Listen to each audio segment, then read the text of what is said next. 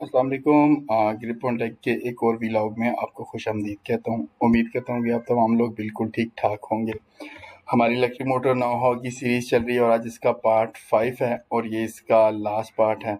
इनसे पहले जितने भी हमारे पार्ट 1, पार्ट 2, पार्ट 3 और पार्ट 4 गुजरे हैं उसमें हम लोगों ने बेरिंग की सिलेक्शन देखी। फिर हम लोगों ने देखा कि बेरिंग की लोकेटिंग नॉन लोकेटिंग क्या होना चाहिए, एंड देन उसके शाफ्ट साइज़ को कैसे बनाना है हम लोगों ने, उसकी डिसमाउंटिंग को कैसे करना है, उसकी माउंटिंग, बेरिंग की माउंटिंग कैसे होनी चाहिए, मोटर की असेंबली क्या होनी चाहिए।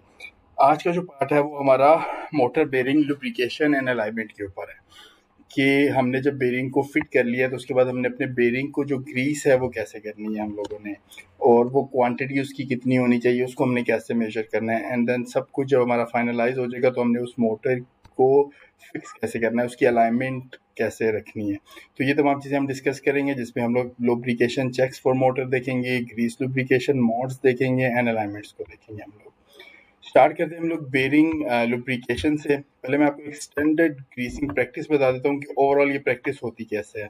सबसे पहले इसकी शाफ्ट साइज को बनाया जाता है। शाफ्ट साइज जब हमारी इसकी बन जाती है, उसके जितने भी फिट्स एंड टॉलरेंसेस हैं वो जब हम चेक कर लेते हैं, देन बेरिंग के पैक्स जो होता है, उसके बॉक्स होता है, उस बॉक्स में से बेरिंग को निकाला जाता है एंड उसको बेरिंग को शाफ्ट के ऊपर माउंट कर दिया जाता है। शाफ्ट को माउंट करने के बाद इसको हाउसिंग में रखा जाता है। उससे पहले हम बेरिंग को ग्रीस कर लेते हैं। देखिए येलो कलर की ग्रीस अभी यहाँ पे हमने बेरिंग में फिल कर लिया, एंड देन फिर इसकी हाउसिंग जो होती है, जो इसका कवर होता है, कप होता है, उसके अंदर ग्रीस भर ली जाती है। तो ये एक ओवरऑल स्टैंडर्ड प्रैक्टिस है ग्रीस करने की। Efficient lubrication checks for motor. अगर आपने मोटर में ग्रीस करनी है, ओवरऑल जब आपने लुब्रिकेशन करनी है, तो आपने किन चीज़ों को चेक करना है, क्या चीज़ें जो है वो बहुत ज़रूरी हैं। ये 4 पॉइंट जो हैं वो इसके लिए बहुत ज़रूरी हैं। सबसे पहला चेक जो है वो द राइट लुब्रिकेंट है। आप जो ग्रीस उस एप्लीकेशन पे अप्लाई करने लगे हो वो राइट लुब्रिकेंट हो, यानी जो आपको ओईएम ओरिजिनल इक्विपमेंट मैन्युफैक्चरर ने रिकमेंड किया हुआ है उस पर डिफरेंट एप्लीकेशन, हाई लोड है, हाई स्पीड है, हाई प्रेशर है, उसके अकॉर्डिंग जिसने रिकमेंड किया होता है, कौन सा एनएलजीआई नेशनल लुब्रिकेशन ग्रीस इंस्टीट्यूट के अकॉर्डिंगली उन्होंने रिकमेंड किया होता है कि एनएलजीआई 2 करनी है या 3 करनी है, तो वही ग्रीस अपने यहाँ पे अप्लाई करनी है। देन द राइट इंटरवल कि कितने टाइम के बाद आपने करनी है, एंड देन राइट अमाउंट कि कितने टाइम के बाद कितने ग्राम ग्रीस आपने करनी है, और आखिर में राइट मेथड कि आपने वो उसको अप्लाई कैसे करना है। तो ये 4 चीज़ें जो हैं आप लोगों ने ज़रूर अपने उसका चेक रखना है, और उसको ठीक रखेंगे तो आपको लुब्रिकेशन किसी किस्म का प्रॉब्लम नहीं देगी। ग्रीस लुब्रिकेशन मोड्स क्या हैं? सबसे पहले ग्रीस फॉर लाइफ होती है। कुछ बेरिंग में आपको दोबारा से ग्रीस नहीं करनी पड़ती, हम वो उसको डिस्कस करेंगे। देन इनिशियल ग्रीसिंग हम देखेंगे। ओपन बेरिंग को हम लोगों ने इनिशियल ग्रीसिंग कैसे करनी होती है। देन रीलुब्रिकेशन जो है वो हम लोग कैसे करते हैं, रिप्लेनिशिंग कैसे होती है, उसकी रीन्यूइंग कैसे होती है। इन सारे पॉइंट्स को हम वन बाय वन आगे डिस्कस भी करेंगे। ये बहुत ज़रूरी है, आप लोगों ने कोशिश करना है कि पूरी वीडियो को देखें, स्किप ना कीजिएगा उसको। ग्रीस फॉर लाइफ सबसे पहले हम स्टार्ट करते हैं। आपकी जो सील्डेड या शील्डेड बेरिंग होते हैं, इस तरह की सील या शील्ड लगी हुई होती है उसके ऊपर, तो इस पेज से सील को उतार के ग्रीस करना जो है वो जुर्म है। अक्सर मैं जब ट्रेनिंग अटेंड कर रहा होता हूँ, ग्लोबल ट्रेनिंग, तो वो लोग ये कहते हैं कि ये जुर्म है। जो बंदा सील या शील्ड उतार के ग्रीस करता है बेसिकली वो मुजरिम है। तो हमें इसकी सील या शील्ड को उतार के ग्रीस नहीं करना है। इसके अंदर जितनी भी रिक्वायरमेंट होती है ग्रीस की वो की हुई होती है, और ये फॉर लाइफ होती है। तो इस बेरिंग को अपने नहीं छेड़ना। Then initial greasing. Initial greasing किसकी करनी है? ओपन गेयरिंग की। Initial greasing of open bearing. अगर बगैर सील या शील्ड के बेरिंग है तो उसको अपने ग्रीस करना है। अब उसको ग्रीस कितना करना है? Bearing should initially be completely fit. अब एक नया बेरिंग आप फिट कर रहे हैं शाफ्ट के ऊपर जिसपे सील नहीं है, उसको अपने फुल भरना है, दोनों साइडों से उसको फुल भर लेना है। एंड देन आपने उसकी हाउसिंग में भी ऑफ कोर्स ग्रीस भरनी है। तो अब उनकी हाउसिंग्स में कितनी ग्रीस भरनी है? अब यहाँ पे आपके पास सामने 2 किस्म की हाउसिंग है, एक ये है और एक ये। यहाँ पे देखें, इसमें लुब्रिकेशन का पॉइंट साइड पे है और इसमें लुब्रिकेशन पॉइंट सेंटर में है। अगर ऐसी एप्लीकेशन जहाँ पे लुब्रिकेशन पॉइंट साइड पे होता है, उसकी हाउसिंग हमने 40% भरना है। एंड अगर आपकी लुब्रिकेशन पॉइंट सेंटर में है तो वहां पर अपने 20% जो है वो इनिशियल लुब्रिकेशन करनी है। तो बेरिंग फुल भरा होना चाहिए और हाउसिंग 40% एंड 20%। ये स्टैंडर्ड रिकमेंडेड प्रैक्टिस है इसकी। एंड देन फिर रीलुब्रिकेशन है। ये तो हमने इनिशियल लुब्रिकेशन कर ली। अब जब कुछ अरसा मशीन चल जाती है उसके बाद हमने उसको रीलुब्रिकेट भी करना होता है कुछ मखसूस टाइम इंटरवल के बाद। तो वो रीलुब्रिकेशन आपने कैसे करनी है? अब रीलुब्रिकेशन के लिए उसका एक स्टैंडर्ड प्रोसीजर है। अब स्टैंडर्ड प्रोसीजर क्या है? जनरली ये प्रोसीजर जो है डिपेंड कर रहा होता है बेरिंग की एप्लीकेशन के ऊपर। रीलुब्रिकेशन इंटरवल के ऊपर बेसिकली ये डिपेंड कर रहा होता है। अब वो कैसे होता है, एक इसमें रिप्लेनिशमेंट होती है, एक इसमें रीन्यूइंग होती है। रिप्लेनिशमेंट क्या होती है, अगर आपकी रुब्लिकेशन का इंटरवल 6 मंथ से शॉर्ट है, यानी आपने 3 महीने बाद करनी है या 1 महीने बाद करनी है या 4 महीने बाद करनी है, देन आप रिप्लेनिशमेंट करेंगे। एंड अगर वो टाइम इंटरवल 6 मंथ से ज़्यादा आ जाता है, देन आप उसको रिप्लेनिशमेंट नहीं कर सकते, रीन्यू ही करना है। अब ये दोनों है क्या, रिप्लेनिशमेंट और रीन्यूइंग, इसको हम वन बाय वन डिस्कस कर लेते हैं। सबसे पहले हम रीलुब्रिकेशन में रिप्लेनिशमेंट को डिस्कस करते हैं। अब रिप्लेनिशमेंट मैंने आपको बताया कि वो क्या होता है कि 6 मंथ से कम अगर टाइम इंटरवल आ जाता है आपका, तो आप उसको रिप्लेनिशमेंट करते हैं। अब रिप्लेनिशमेंट की क्वांटिटी कैसे निकालनी है, करनी कितनी है, तो इसका भी एक स्टैंडर्ड फार्मूला है। अगर आपका लुब्रिकेशन पॉइंट साइड पे है, ये वाली एप्लीकेशन है, तो इसमें इसका फार्मूला है 0.005 multiply by D, capital D multiply by capital B. Capital D जो होता है बेरिंग का आउटर रिंग होता है, एंड कैपिटल बी जो होता है बेरिंग की विड्थ होती है। इन दोनों को आप मल्टीप्लाई करेंगे 0.005 से, तो जितनी भी क्वांटिटी आएगी वो ग्राम में आएगी, और उतने ग्राम ग्रीस आपने इस बेरिंग को रिलुब्रिकेट करना होगा। एंड अगर अगर जो उसका लुब्रिकेशन पॉइंट सेंटर में है, तो वहाँ पे 0.002 हो जाएगा। यहाँ पे 5 था, यहाँ पे 0.002 हो जाएगा, और बाकी फार्मूला सेम है।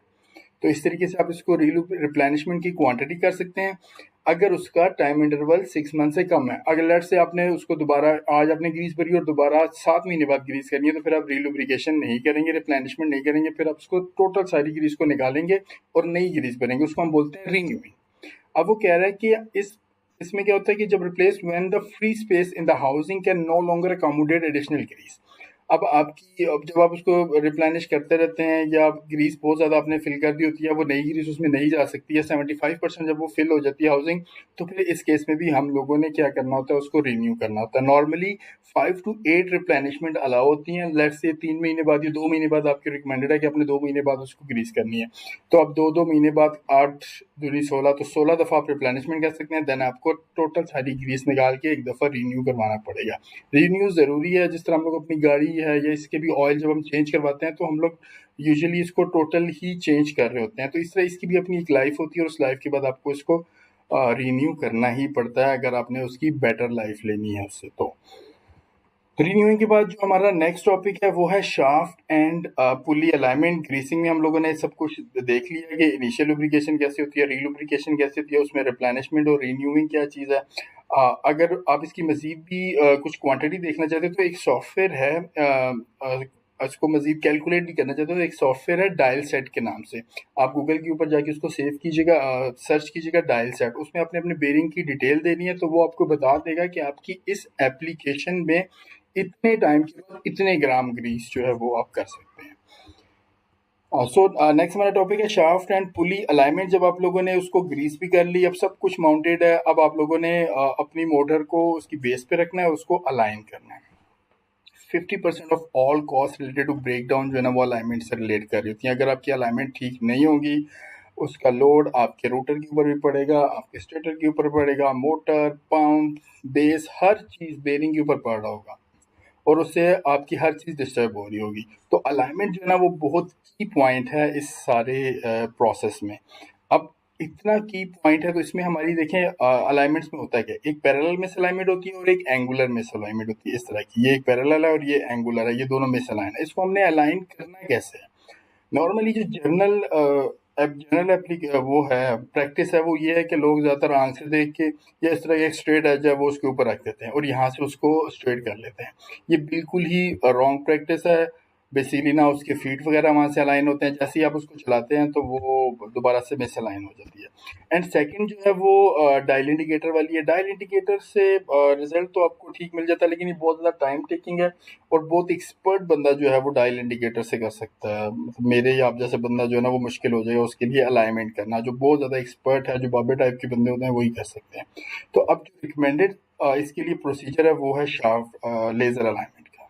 लेज़र अलाइनमेंट है, अगर कोई पढ़ा लिखा नहीं भी है तो ये सेल्फ गाइडेड ऑपरेशन होता है टोटल, और विद इन 10 to 15 मिनट आप जो है ना वो 0 अलाइनमेंट करके इसको साइड पे कर लेते हैं। तो लेज़र अलाइनमेंट की काफ़ी सारी टूल मार्केट में अवेलेबल है, आप किसी भी टूल को परचेज करके अपनी अलाइनमेंट्स को ईजीली जो है ना वो परफॉर्म कर सकते हैं।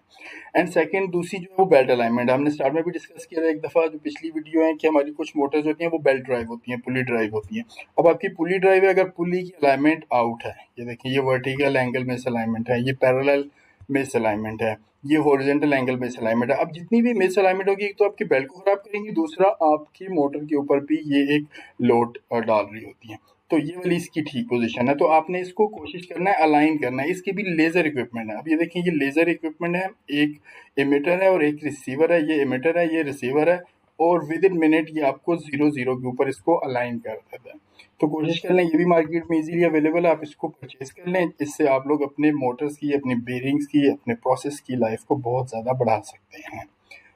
Thank you very much for watching my video. ये हमारी लास्ट वीडियो थी इलेक्ट्रिक मोटर सीरीज़ की, और नेक्स्ट इंशाल्लाह हम लोग बेरिंग डेजिग्नेशन सिस्टम को डिस्कस करेंगे। और इस तरह की मज़ीद इंफॉर्मेटिव वीडियोस भी अगर आप देखना चाहते हैं तो मेरे चैनल को सब्सक्राइब कर लें, इसको लाइक भी कर लें और शेयर भी कर लें अपने फ्रेंड्स के साथ, कोलीग्स के साथ, जिससे रिलेटेड ये वीडियो आप उनके साथ ज़रूर शेयर कर लें। अपना ख्याल रखिएगा। अल्लाह हाफिज़।